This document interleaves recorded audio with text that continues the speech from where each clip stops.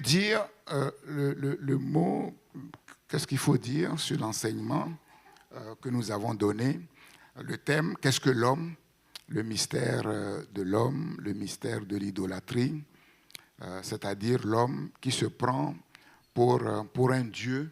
C'est l'offre qui leur a été accordée par Satan, vous serez comme Dieu, vous serez comme des dieux. Et nous avons vu que c'est la racine de tous les maux, de tous les crimes de l'humanité, de toutes les tragédies. C'est le reflet de tout ce qu'on a vu. Je fais ce que je veux. Voilà, je fais ce que je veux seulement. Ce que je veux, ce que je désire, ce n'est pas le bien, c'est le mal. Ce n'est pas le bien, c'est le mal. C'est la cause, la source cachée de l'idolâtrie. C'est-à-dire que Dieu a comblé ces créatures des dons merveilleux, la sagesse, l'intelligence. Mais regardez ce qu'ils font de cette sagesse et de cette intelligence. C'est tout ce qu'on a vu. Revêtus de tous ces dons, les créatures refusent de reconnaître Dieu comme leur créateur, de donner à Dieu les droits d'auteur sur la création. En fait, les dons du Créateur sont déconnectés du Créateur et mis au service de l'homme, au service des besoins de l'homme. Le refus de mettre ces dons au service du Créateur pour le bien. Donc, si on refuse de mettre ces dons au service du Créateur pour les biens, vous êtes d'accord avec moi qu'on les met au service du diable pour le mal. Donc, c'est tout ce qu'on a vu pour détruire. Et de plus en plus tôt, il faut tuer dès le fœtus, sinon très précocement, et c'est ce qu'on voit. Dieu a donné à Lucifer une position très élevée au ciel, et Lucifer s'est appuyé sur cette position très élevée pour se rebeller contre Dieu. Dieu a donné à l'homme une position très élevée sur la terre, et l'homme a préféré plutôt obéir à la parole du diable pour se rebeller contre Dieu. Donc, c'est ce qu'on voit. Tout Israël, comme je l'ai dit, a reçu de Dieu des privilèges, mais extraordinaires. Et malheureusement aussi, Israël n'a pas utilisé ces privilèges en vue du salut du monde. Nous avons vu Dieu a envoyé Jonas pour le salut de Ninive. Jonas a dit non.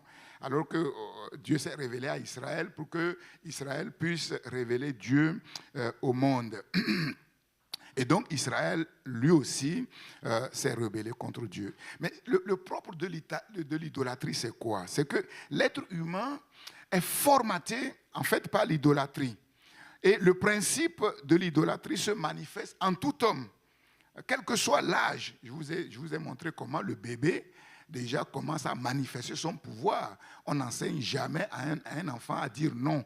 Mais généralement, il sait très bien dire non, et il a du mal à dire oui. Et vous voyez, les rapports entre l'enfant et les parents, c'est un rapport de force.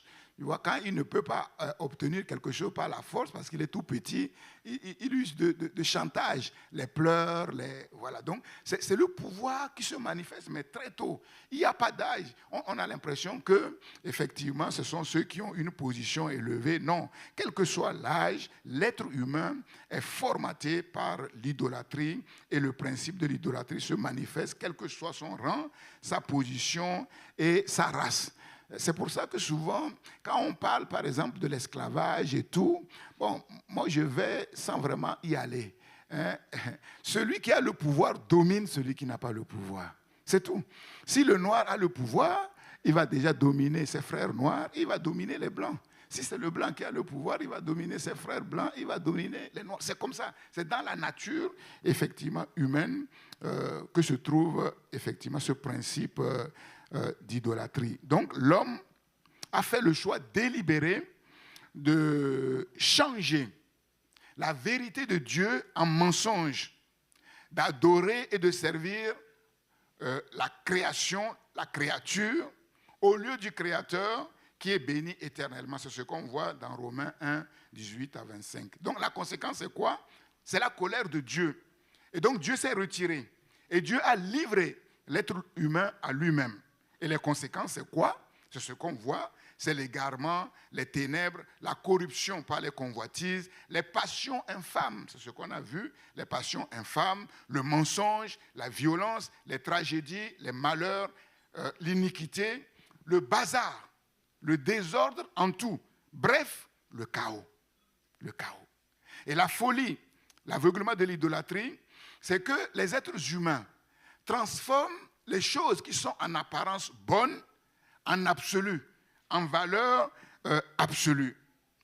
Et donc, en point fixe, c'est-à-dire en idole. Les hommes pensent que s'ils n'arrivent pas à avoir ces choses, mais ils sont vides. Leur vie n'a pas de sens. Ils ne peuvent pas être heureux. Et donc, le résultat de tout ça, c'est quoi? C'est ce que j'ai appelé la désillusion universelle. La vanité universelle. Parce que tout ce que les idoles promettent ne s'accomplira jamais. Le succès va te dire, si tu as le succès, tu seras heureux. Si tu as le ballon d'or, tu seras heureux. Mais quand on regarde les reportages sur les anciens ballons d'or, ils ne sont pas heureux du tout. Moi, j'ai regardé le reportage. Bon, Neymar n'a pas eu le ballon d'or. Pendant tout le reportage, c'est la tristesse. Ils ne parlent que de problèmes. Jamais on entend dire, ah, quand même, on a gagné un peu de millions, on a profité. Non, problème. En fait, ce que les idoles promettent ne pourront jamais s'accomplir. Tu vois, l'argent ne pourra jamais rendre un être humain heureux. Le pouvoir ne pourra jamais rendre un être humain heureux. Le mariage en lui-même ne pourra jamais rendre un être humain heureux. Mais toutes ces choses-là, on les a érigées en idoles. Il faut absolument avoir l'argent, il faut absolument le succès, il faut absolument le pouvoir, il faut absolument se marier. Donc ces choses qui sont élevées en valeur absolue sont incapables de satisfaire de manière absolue. Un vide demeure toujours dans le cœur de tout être humain que rien ne peut combler à part Dieu. Rien ne peut combler à part Dieu. Donc on voit que notre monde s'achemine à grands pas vers le chaos total. Et Ésaïe l'avait prédit. Je vais vous lire un verset. Ésaïe l'avait prédit. Et c'est ce que nous vivons actuellement. Ésaïe a dit dans Ésaïe 24, 19 à 20, « La terre est déchirée. La terre se brise. La terre chancelle. La terre chancelle comme un homme ivre. Elle vacille comme une cabane. » Donc, c'est-à-dire prête à tomber. Son péché pèse sur elle. Elle tombe et ne se relève plus. Ésaïe 24. Retenez bien ce verset. Je pourrais dire, elle est sur le point de tomber pour ne plus jamais se relever. Aujourd'hui, on vit la combinaison des deux temps les plus tragiques de l'humanité. Les temps de Noé et les temps de Sodome et de Gomorrhe. Aujourd'hui, on vit la conjugaison de ces deux temps. Donc nous comprenons que notre monde est mûr pour la destruction. D'où la nécessité, la profondeur, l'urgence des enseignements que Dieu nous donne par le Saint-Esprit pour comprendre la vérité et être réellement libre afin de vivre avec Dieu. Et comme je l'ai dit, il nous reste la troisième grande partie, comment sortir de l'idolâtrie. Quel est le mot d'ordre que je veux laisser par rapport à 2025? Revenir aux fondamentaux de la vie et du christianisme authentique. Revenir aux fondamentaux de la vie et du christianisme authentique pour ne pas vivre dans l'illusion, pour ne pas vivre dans la vanité. Et nous savons que c'est le commandement que Dieu nous a laissé, Matthieu 22, 34 à 40. Tu aimeras l'Éternel ton Dieu de tout ton cœur, de toute ton âme, de toute ta pensée et de toutes tes forces. C'est ce qu'on appelle la passion du Christ. Aimer Dieu de tout son cœur. C'est le secret de la vie. C'est le secret du bonheur. Vous mettez ce commandement de côté, je vous dis franchement, tôt ou tard, vous allez regretter votre vie sur la terre. Quel que soit ce que vous allez avoir, il y aura toujours, constamment, ce vide qui ne sera jamais comblé par quoi que ce soit. Cette frustration qui va vous accompagner toujours. Ceux qui ont l'argent, ils ont essayé tout, comme ça n'a pas marché, finalement, ils sont dans les péchés contre nature. Péché contre nature. Le mot d'ordre, c'est vraiment comprendre ces choses pour être à fond pour Dieu, à fond dans la parole de Dieu. C'est-à-dire racheter le temps. Ne pas se laisser illusionner par ces vendeurs de rêves, ces vendeurs d'illusions. Racheter le temps, car les jours que nous vivons sont vraiment mauvais. Et ils seront de plus en plus mauvais. Être prêt à tout pour Dieu. Nous savons que c'était l'un des secrets de David. David était prêt à tout pour son Dieu. Même si parfois il pouvait paraître ridicule. David dansait. Il s'est oublié. Et sa femme, Michal, la fille de Saül, le regardait par la fenêtre. Il s'est dit, mais c'est pas possible. Comment le roi peut se ridiculiser comme ça, comme un homme de rien? Mais David, il dansait devant l'Éternel, son Dieu. Même s'il pouvait paraître ridicule devant le monde, il dit, mais c'est l'Éternel, le Dieu qui m'a choisi de préférence à ton père pour régner sur Israël. C'est devant lui que je danserai. C'est devant lui que je veux paraître vil.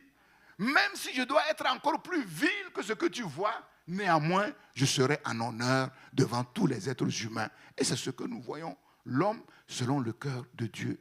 C'est fini. Sortir de toutes ces choses, de toutes ces distractions, ces points fixes. Croire que si c'est quand j'aurai ceci que les choses vont marcher, que je serai heureux, c'est faux.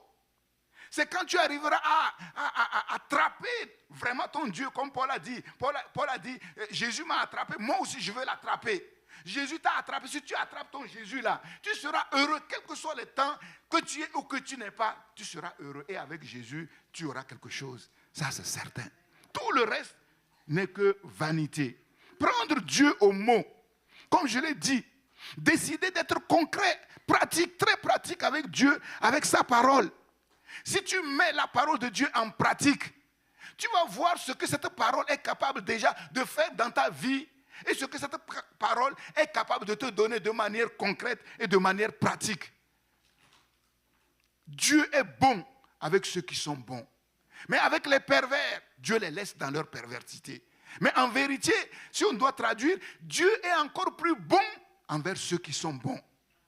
Tout ce que nous faisons de concret pour Dieu, nous le recevons, mais bien plus.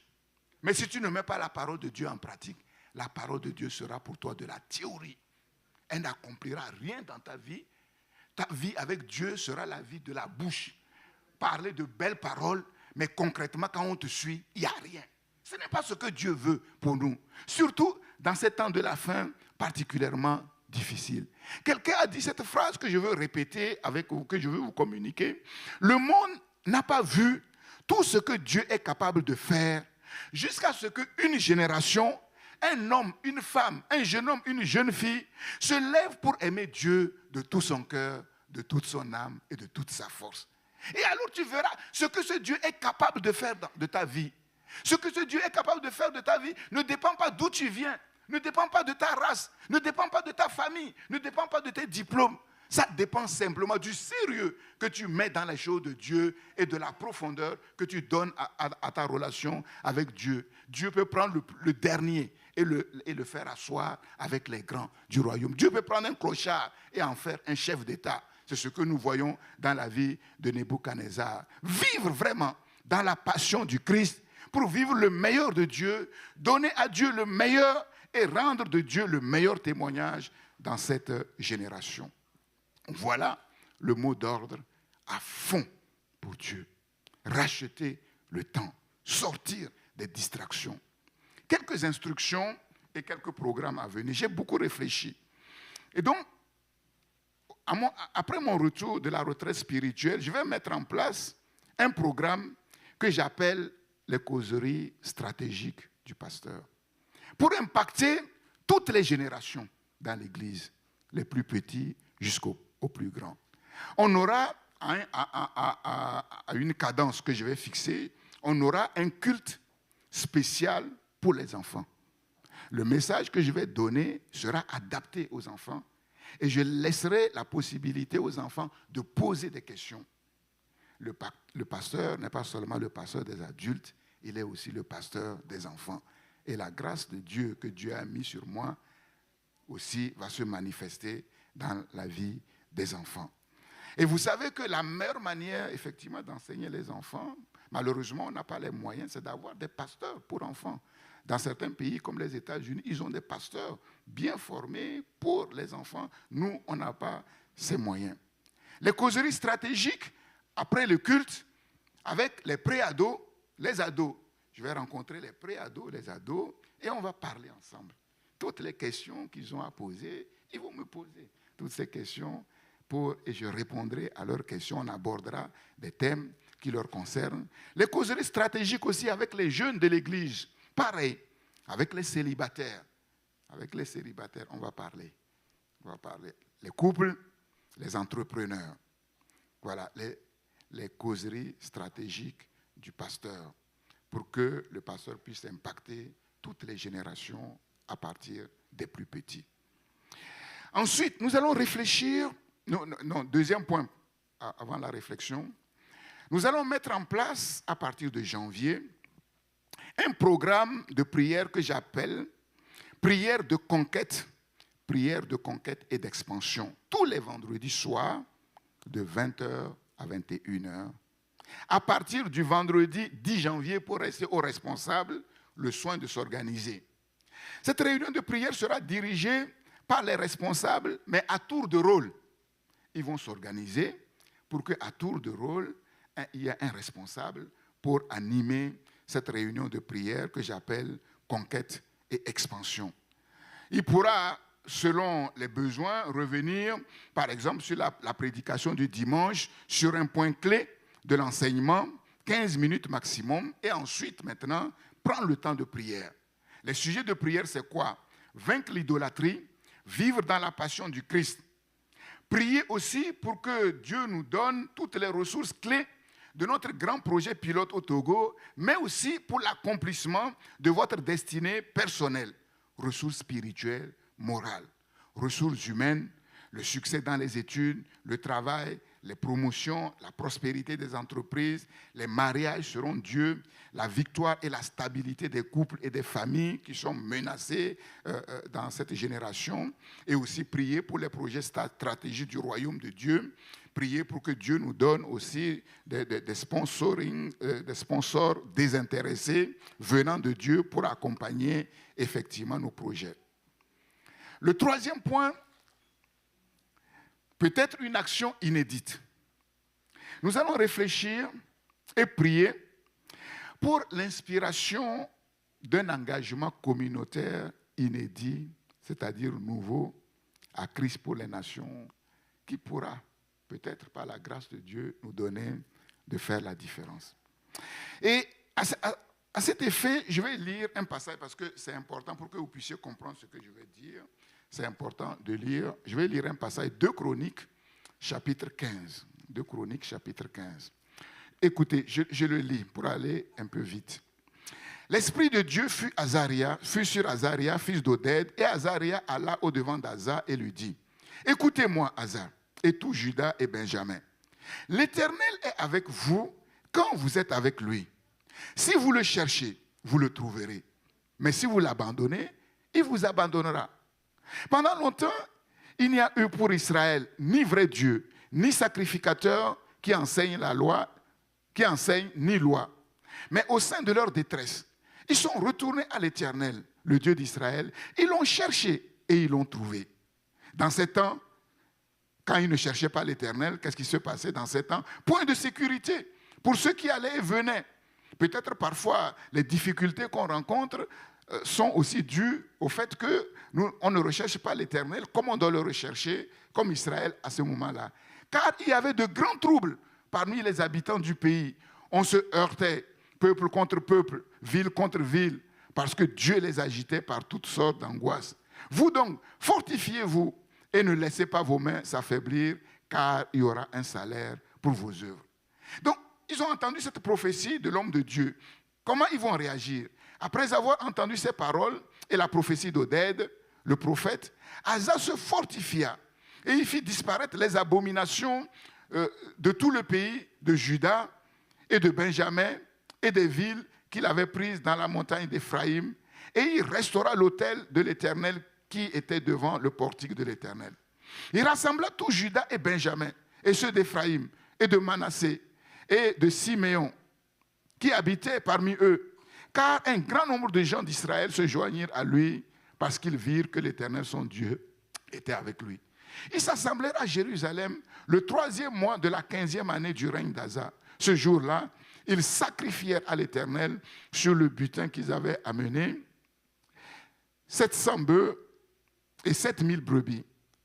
Ils prirent l'engagement tous ensemble, ils prirent l'engagement de chercher l'Éternel, le Dieu de leur père, de tout leur cœur et de toute leur âme. Et quiconque ne cherchera pas l'Éternel, le Dieu d'Israël, devrait être mis à mort, petit ou grand, homme et femme. Parce qu'ils se sont rendus compte que ça n'allait pas. Ça n'allait pas, les choses n'allaient pas. Ce à quoi ils aspiraient se trouvait de plus en plus loin. C'était difficile. Querelle sur querelle, problème sur problème. Ils ont dit non, ça suffit. L'Éternel a dit que si on est avec lui, il est avec nous. Si nous le cherchons de tout notre cœur, lui aussi, il va se laisser trouver. Et si on trouve l'Éternel, mais les choses vont changer dans le fond. Et ils ont pris cet engagement. Ils jurèrent fidélité à l'Éternel à haute voix, avec des cris de joie et au son des trompettes et des corps. Tout Juda se réjouit de ce serment, car ils avaient juré de tout leur cœur. Ils avaient cherché l'Éternel de plein gré et ils l'avaient trouvé. Et l'Éternel leur donna du repos de tous les côtés. L'Éternel les bénit. Il leur donna du repos de tous les côtés. Donc vous comprenez que le petit nombre qu'on est ici, si on se lève tous ensemble par l'Esprit de Dieu, on fait un serment de laisser de côté les choses qui nous divisent, les désordres, les distractions, de chercher l'Éternel de tout notre cœur. Nous aussi, nous allons voir la gloire de Dieu de manière particulière. De manière particulière parce que nous sommes ensemble. Nous sommes ensemble et si quelqu'un ouvre une porte au diable, puisque nous sommes ensemble dans le même bateau, le diable va rentrer et on aura tous des problèmes d'une manière ou d'une autre. Peut-être pas au même niveau d'intensité, parce que nous sommes engagés dans le même bateau. Et quand on va dans Actes chapitre 4, Actes chapitre 4, verset 32,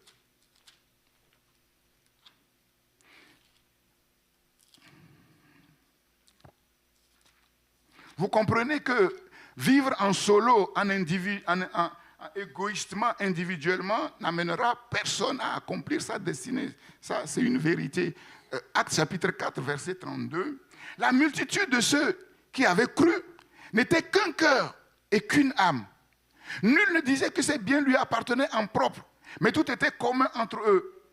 Les apôtres rendaient avec beaucoup de force témoignage de la résurrection du Seigneur Jésus et une grande grâce reposait sur eux tous. Une grande grâce, surabondance de la grâce reposée sur eux tous. Car il n'y avait parmi eux aucun indigent. Tous ceux qui possédaient des champs, des maisons, les vendaient, apportaient le prix de ce qui avait été vendu et le déposaient aux pieds des apôtres. Et l'on faisait les distributions à chacun selon ce qu'il en avait besoin. Bien sûr, nous comprenons, ce n'est pas leur résidence principale, hein, c'est les champs, les maisons qu'ils avaient en plus, effectivement, pour mettre à la disposition de la gloire de Dieu. Joseph, surnommé par les apôtres Barnabas, ce qui signifie fils d'exhortation, lévite originaire de Chypre, vendit un champ qu'il possédait, apporta l'argent et le déposa aux pieds des apôtres. Donc, vous voyez que ce que j'ai lu, c'est dans l'Ancien Testament, et nous voyons dans le Nouveau Testament reproduit pareillement. Et on voit qu'aussi longtemps que la première église était soudée, mais la grâce sur l'église était extraordinaire. Tous bénéficiaient de la même grâce, tous bénéficiaient de la même bénédiction.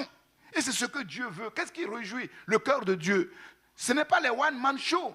Accomplir des exploits personnels, c'est très bien, mais si la communauté n'est pas engagée dans cet exploit, mais Dieu ne peut pas agir comme il veut agir. Parce que ce que Dieu cherche, ce n'est pas un individu, c'est son peuple. C'était Israël dans l'ancienne alliance, c'est l'Église dans la nouvelle alliance. Donc, c'est vraiment un sujet de réflexion.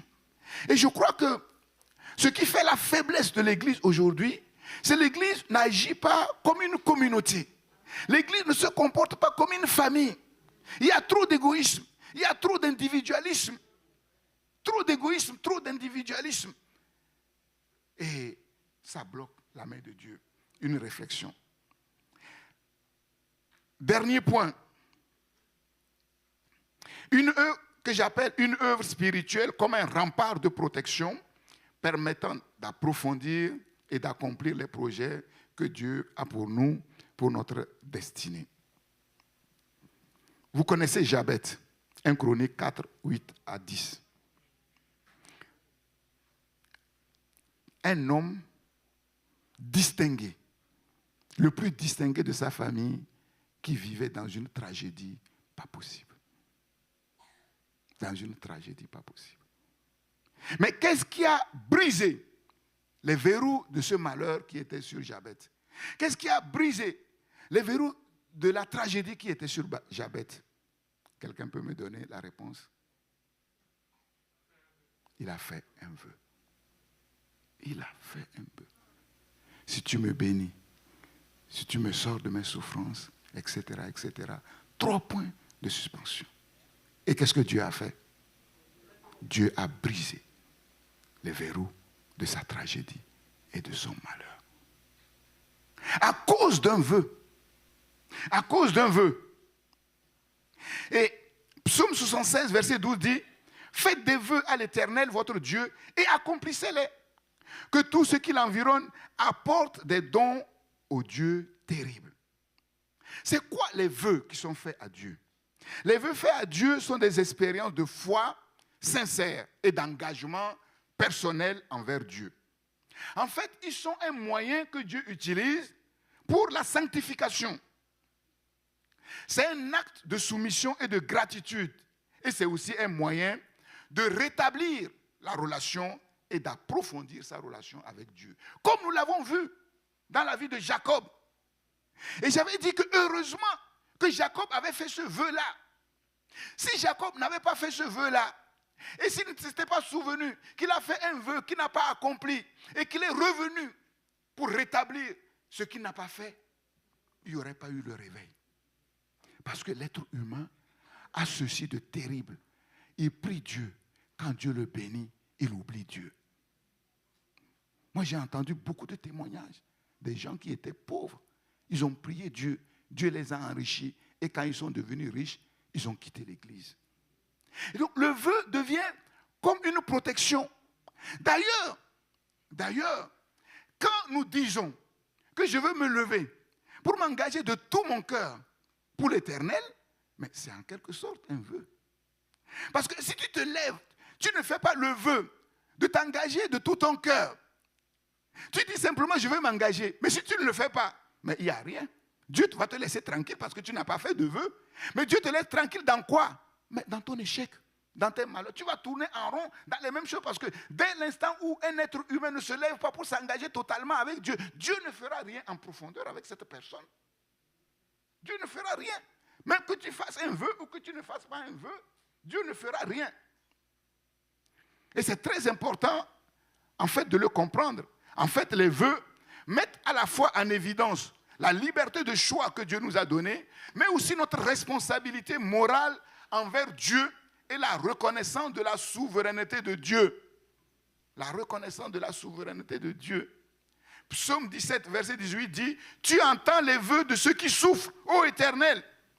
Tu as fermé leur cœur, tu prêtes l'oreille pour rendre justice à l'orphelin et à l'opprimé, afin que l'homme tiré de la terre cesse d'inspirer l'effroi. » Donc, là, le psalmiste est en train de dire que, en fait, ceux qui souffrent, que Dieu a sorti de leur souffrance, ont compris la nécessité de faire un vœu, comme Jabet. Ils ont fait un vœu en toute sincérité du cœur. Dieu a entendu leur vœu et Dieu est venu les délivrer. Bien sûr, le psaume 50, verset 14 dit « Offre pour sacrifice à Dieu des actions de grâce et accomplis tes vœux envers le Très-Haut et invoque-moi au jour de la détresse et je te délivrerai et tu me glorifieras. » Bien sûr, nous connaissons le texte d'Ecclésiaste, verset 5. Ecclésiaste, verset 5.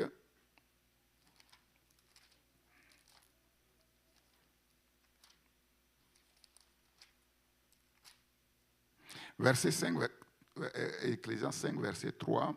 Lorsque tu as fait un vœu à Dieu, ne tarde pas à l'accomplir, car il n'aime pas les insensés. Accomplis le vœu que tu as fait. Mieux vaut pour toi ne point faire de vœu que d'en faire un et de ne pas l'accomplir.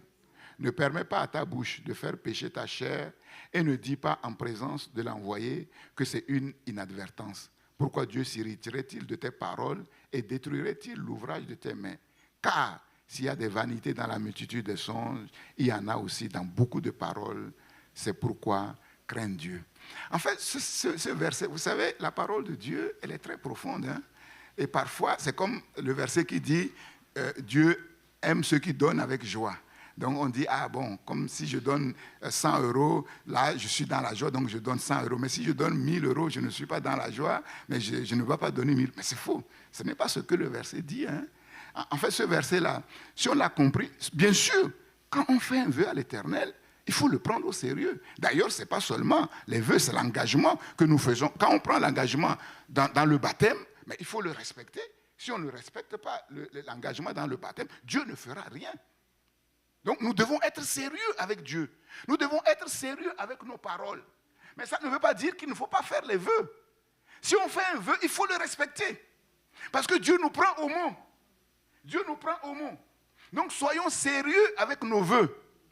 Mais moi j'ai vu dans la parole de Dieu, il y a plusieurs situations qui n'ont pas été débloquées. Par contre, il y a des situations qui ont été débloquées à cause des vœux. Donc c'est là où il faut être sensible à l'Esprit de Dieu pour bien comprendre les choses que Dieu a préparées pour nous et comment nous pouvons entrer dans ces choses-là. Comment nous pouvons entrer dans ces choses. Et en fait, le vœu, quand il est conforme à la parole de Dieu, à la volonté de Dieu, est un rempart qui nous sécurise. Pourquoi? Parce que j'ai fait l'engagement. J'ai fait le vœu de l'engagement inconditionnel avec Dieu. Et comme Dieu me prend au mot, je n'ai pas à être infidèle. Et donc ça va me forcer à me secouer. Ça va me forcer à me secouer. Ce sont les violents qui s'emparent du royaume. Mais si je n'ai pas fait de vœu, qu'est-ce qui va me secouer? Rien. Et s'il n'y a rien qui me secoue, je vais tourner en rond dans les mêmes choses et Dieu ne va rien faire. C'est très important. Mais de grâce, il ne faut pas faire des vœux insensés comme Jephthé qui dit, Seigneur, tu nous délivres de nos ennemis d'Amon, des fils d'Amon. Et quand je rentrerai chez moi, la première personne qui va sortir de ma maison, je vais l'offrir en holocauste. C'est insensé. Dieu lui donne la victoire. Donc on voit que les vœux sont puissants. Dieu lui donne la victoire, il a fait ce vœu, Dieu lui donne la victoire. Maintenant il rentre à la maison, la première personne qui sort, c'est sa fille. Et c'est son unique enfant. Et qu'est-ce qu'il a fait? Il a offert en holocauste. Elle a dit, laisse-moi aller pleurer ma virginité avec les filles, on les prenait. Mais seulement, à partir de là, il y a une tradition qui fait que chaque année, on monte à la montagne pour pleurer la virginité de la fille de Jephthé. Bon, bien sûr, ceux qui n'ont pas été englobés dans ces vœux-là, ils ont vécu tant bien que mal. On ne sait pas comment ils ont vécu. Mais après, la parole de Dieu ne parle pas d'eux. Voilà. C'est sérieux. Donc, ce sont des éléments de réflexion. Donc, prenez ces éléments de réflexion parce qu'il y a des situations, des malheurs, des tragédies comme Jabez qui ne pourront pas être brisées sinon qu'au travers d'un vœu, un vœu sincère, inspiré par Dieu, mais bien sûr qu'on prend à cœur et qu'on respecte. Maintenant, est-ce qu'il valait mieux pour Jabez de dire, c'est écrit aussi qu'il ne faut pas être insensé, il ne faut pas faire de vœux. Si Jabez n'avait pas fait de vœux, est-ce qu'il allait sortir de son malheur? Non. Non. Non. Voilà, cette fois-ci, ce que j'avais à partager avec vous. Que Dieu nous aide dans cette réflexion. Ce sont des éléments de réflexion. Je vais certainement envoyer un résumé à l'équipe de diffusion qui vont vous être transmises. C'est des éléments de réflexion. On va réfléchir sur ces choses-là. Comment nous, en tant que famille de Dieu à Christ pour les nations, qu'est-ce que nous pouvons faire pour que Dieu aide, non pas les uns individuellement, comme ça, au hasard, mais toute la communauté, faire la différence. Dans la parole de Dieu, il y a des modèles. Il y a des modèles. Il y a des modèles. On va réfléchir dans la prière et ensuite nous reviendrons sur toutes ces choses. Que le nom du Seigneur soit béni et que son esprit puisse conduire les uns et les autres vraiment selon sa parole, selon sa volonté, dans les choses que le Seigneur a préparées pour sa gloire, pour notre bien et pour le témoignage de son nom. Que Dieu soit béni. Merci à tous de nous avoir suivis. Vous pouvez nous suivre sur christpourlesnations.com. Nous vous souhaitons une excellente semaine. À dimanche prochain.